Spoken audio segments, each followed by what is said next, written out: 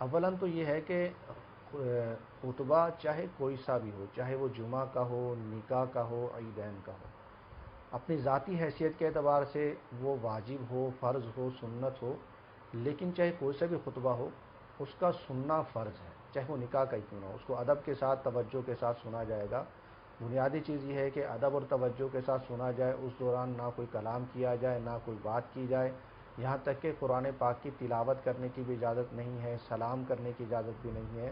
سلام کا جواب دینے کی بھی اجازت نہیں ہے۔ تو بنیادی چیز یہ ہے کہ ادب کے ساتھ سنا جائے۔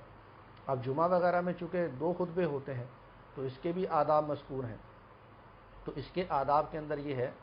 کہ جو مقتدی ہے وہ خطیب کی طرف رخ کر کے بیٹھے، تو خطیب کی طرف رخ کر کے بیٹھے اور پہلے خطبے میں اپنے ہاتھ جو ہے باندھے،